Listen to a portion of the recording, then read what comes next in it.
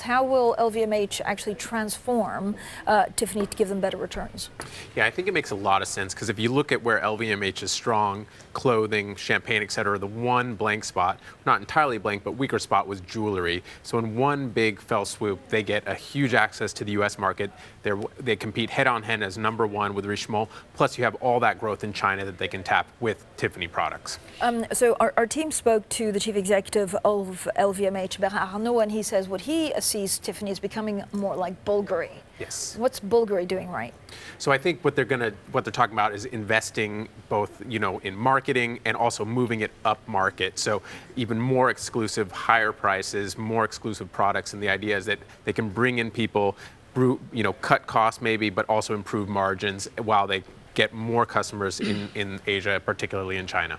Aaron, I want to go to a chart here, which is the mother of all deals chart. Folks, this is what you do when you're talking to Aaron Kirchfeld about deal transaction. This comes in all in equity and debt at $16.7 billion.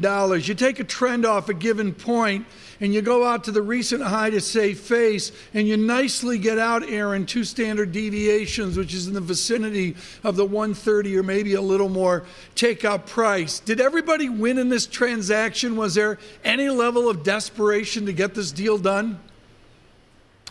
No, I don't think so. I mean, I think if you look at the way that the shareholders are reacting on the LVMH side, they are happy with the deal, and obviously Tiffany shares are soaring. I think in terms of premium, look, when we first reported it about a month ago, we were talking about 120 a share. Yeah. They've now bumped to 135, which is almost a 40% premium. But I think the reality is, Arnault was waiting to see would anybody else jump in there to compete, a Karan or Richemont. Nobody did, so they were able to offer a nice premium without overpaying. Aaron, not that I have any knowledge of this, but Michael over at Tiffany says they're going to move into a pop-up store in the old Adidas building while they redo the Tiffany's building. Now, not that Francine needs help on this, but if you're going to go in there and find earrings, you can find the little silver ones on the 3rd floor, whatever it is. You can find the little cutesy pie tea ones, or Francine can go large with the Schlumberger earrings. Is that where they want to go? Do they want to go large and give up that younger, more modestly priced market?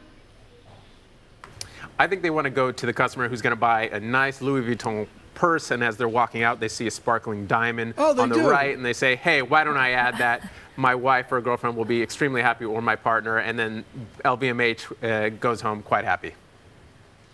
Extremely happy. There you go. I mean, that's like market segmentation right there. And they can afford this, right? I mean, they're going to issue a couple of bonds, but this 60 million is quite a lot. Is there anything left that's independent and of value in the jewelry space?